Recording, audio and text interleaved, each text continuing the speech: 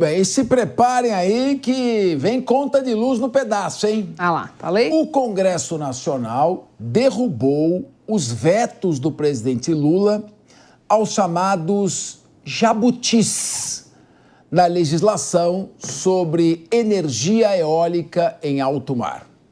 O governo vetou o jabuti. Jabuti é aquelas emendas que são colocadas ali meio fora do assunto, que não tem muito a ver com isso, para complicar o projeto. O governo vetou, mas está com tanto prestígio que derrubaram os vetos. Os trechos da proposta que foram retomados por deputados e senadores podem elevar a conta de luz para o consumidor em 3,5%. Olha aí, deixa as luzes apagadas se viajar, hein?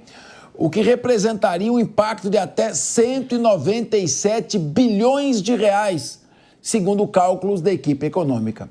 O senador Randolfo Rodrigues afirmou que o governo vai editar uma medida provisória para reverter pontos do novo marco legal da energia offshore. Vamos ouvir. Chancelamos um pedido feito pelos líderes da base de apoio ao governo, tanto na Câmara quanto os líderes da base de apoio do governo no Senado, para a derrubada dos itens relacionados ao Proinfa e relacionados às pequenas PCHs. Eventual impacto na conta de luz dos brasileiros vai ser objeto de uma medida provisória que o governo vai editar dentro de pouco e vai encaminhar aqui ao Congresso Nacional para equalizar, que não ocorra nenhum tipo de impacto na conta de luz dos brasileiros. Bom, Rodolfo Maris, o que me chama a atenção é o seguinte, é a dificuldade que o governo está tendo para lidar com o Congresso Nacional, mesmo tendo cedido o Ministério de Esportes, Ministério de Portos e Aeroportos, secretarias, agora o Davi Alcolumbre foi indicado secretário de Comunicação. Então eu pergunto, com toda essa dificuldade que o governo está tendo, está pagando 50 bi de emenda parlamentar, o que está comprometendo o equilíbrio fiscal. Está aceitando dividir o governo com o Centrão.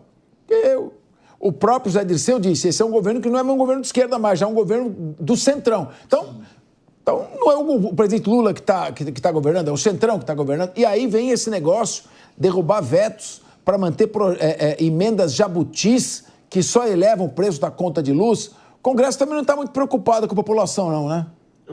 Se é que já esteve, né, Fernando Capês? Mas é mais uma notícia desagradável para o bolso do brasileiro, né? Algumas semanas atrás, nós noticiamos aqui que o presidente Lula tinha sancionado uma lei de até 80 kW de isenção, né, na conta de luz. E agora nós estamos noticiando aqui que eles firmaram mais um acordo e derrubaram alguns vetos para que medidas que antes estavam sendo vetadas no implantamento de sucessão da conta de luz volte a acontecer. Ou seja, nós já estamos cansados de pagar impostos atrás de impostos e taxas atrás de taxas, teremos um aumento significativo na nossa conta de luz. Isso porque daqui a pouco vai afetar também até o setor imobiliário. Eu estou até colocando aqui notícias das próximas semanas, tá? Nós vamos noticiar aqui também que o aumento do aluguel, o aumento do imóvel, teve justamente por conta das cartas de imóvel e as cartas da agropecuárias que foram noticiadas ao longo da semana passada. E a luz também, que foi noticiada na semana passada, agora volta de fato a ser pauta no nosso programa,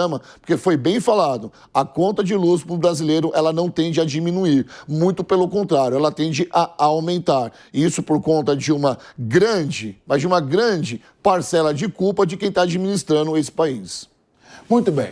Meu querido Sérgio Zagarino, como é que você vê todo esse imbróglio todo?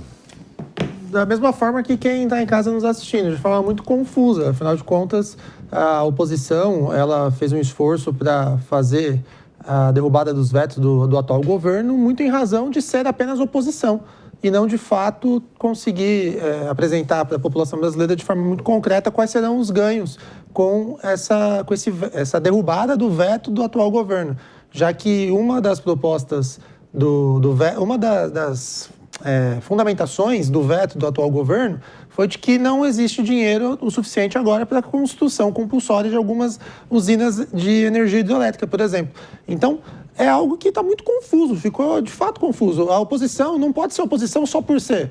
Se veio do governo, então eu vou ser contra e ponto final. Cara, você tem que botar, às vezes, a bola no chão, respirar e falar assim, será que eu tenho que ser oposição só por ser? Ou eu tenho que ser uma pessoa, um parlamentar técnico e representar, de fato, os anseios da população brasileira e que se o governo, com base em uma equipe técnica muito mais capacitada, eu tenho certeza de que qualquer deputado com seus assessores, e não é uma falta de respeito aos seus assessores, mas a gente está discutindo aqui offshore de energia, de energia renovável. Se pegar um deputado, colocar na mesa com a gente aqui, vai ficar todo mundo discutindo como se fosse boteco de esquina e futebol. Então, assim, a informação que vem do governo e o veto me parece muito mais plausível do que, de fato, apenas a oposição ser favorável à derrubada. Mas a situação no Congresso está tão caótica, o governo não tem um controle algum do que está acontecendo entre os poderes, que só é corolário lógico agora. Tudo que vier do governo que não for de interesse do Congresso vai ser derrubado. Agora, quando fala interesse do Congresso, eu fico sempre meio que pensando, né? Porque quando eles fizeram as emendas jabutis que foram colocadas, uma delas dizia o seguinte, né? Eles incluíam a obrigação de contratar termoelétricas a gás natural e termoelétricas movidas a carvão mineral. E a prorrogação dos contratos de termoelétricas a carvão e também pequenas centrais hidrelétricas. O governo vetou, argumentando que esses dispositivos iam contrariamente ao interesse público, pois vão aumentar as tarifas de energia para os consumidores de setores construtivos. E vão na contramão da chamada energia offshore, que é energia eólica, que é energia renovável. Então, o Congresso precisa esclarecer um pouquinho, Ana Beatriz Hirsch, esses jabutis foram colocados por que razão? Teve alguém que pediu para botar o jabuti? Tem algum interesse por trás desse jabuti? E Congresso Nacional, hein? Alguém pode dar uma explicação por que essas emendas foram colocadas. O que é certo, uma coisa, outra coisa. Se o governo vetou, porque primeiro vai na contramão de energias renováveis e segundo, porque vai aumentar o custo da energia, o Congresso tem que falar, quem que está querendo aí construir termoelétrica ou manter contrato em andamento? Estou só perguntando. Ana Beatriz Hirsch. Pois é, quando a gente começa a destrinchar um pouquinho as coisas que acontecem no dia a dia do nosso país, a gente percebe que, infelizmente, nós estamos lascados, para não falar um palavrão em rede nacional.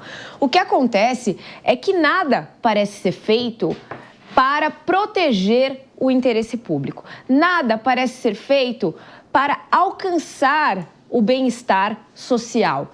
Tudo sempre tem o interesse de alguma minoria, que é muito poderosa, envolvida. Veja, nós moramos no Brasil. O Brasil é um país que tem uma série de recursos naturais que muitos países desenvolvidos do mundo dariam tudo para ter. Por que não investir em energias renováveis? Aproveitar tudo o que o nosso país oferece para conseguir se desenvolver de forma mais sustentável e, consequentemente, menos onerosa para a população. A hora que a gente vê projetos como esse sendo impedidos sem uma justificativa plausível, a gente percebe que, na verdade, quem deveria estar lá se colocando para nós, está jogando contra nós e em prol de interesses que vão, em algum momento, lhe servir como particulares. Mas o Congresso está no Congresso porque foi eleito para nos representar. Portanto, o interesse a ser defendido deveria ser o nosso, e não de cada particular que está ali sentado porque foi eleito. Este é o ponto. Não adianta querer sempre... E aí eu até concordo com o Zagarino em algum ponto de que existe essa rixa entre governo e oposição. Então tudo que vem do governo já chega de olho torto pela oposição, mas eu não acho que seja esse o caso. Tem alguém ali falando ou prometendo alguma coisa que é mais vantajosa. Só que eles estão lá para servir a nós e não ao interesse de A ou B. Concorda, minha querida Cíntia Nunes, que eles estão lá para servir a nós e não aos interesses de A ou B? É isso que acontece com todos eles? Não, peraí. A pergunta é se eu concordo que eles estão lá para fazer, né? Em termos teóricos, no mundo do dever ser, Vamos dizer o seguinte, é para isso. Em termos lúdicos. Exatamente. Em termos lúdicos, eles estão lá para isso. Em termos reais, não é o que parece. E eu já lavei a minha alma aqui ouvindo o que o Zangarino falou, porque ele disse o seguinte, eu estou confuso. E eu achava que essa sensação era só minha, porque eu tinha essa sensação realmente. Quando ele falou aqui, eu falei, meu Deus, eu acho que eu não consigo entender nada, absolutamente nada. Quando ele disse que está confuso, então eu me senti, assim, acolhida, no sentido de que eu também estou extremamente confusa. Porque não dá para entender essa coisa de morde e assopra quando se trata pura e simplesmente de defender uma questão política. Então, a não ser que, como disse nosso querido âncora aqui, o Fernando Capês... Obrigado, meu querido.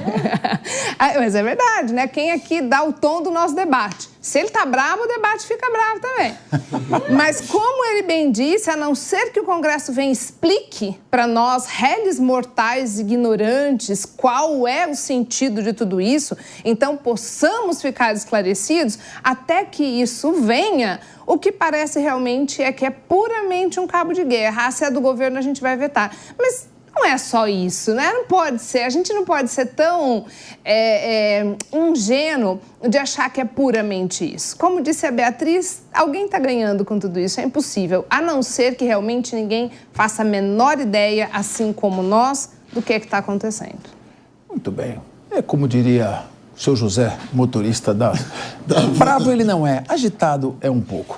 Mas, meu querido Rodolfo Maris, essa questão precisa ser muito bem explicada. Sim. Quer dizer, a atuação do Congresso vai redundar no aumento do preço da energia elétrica. Sim.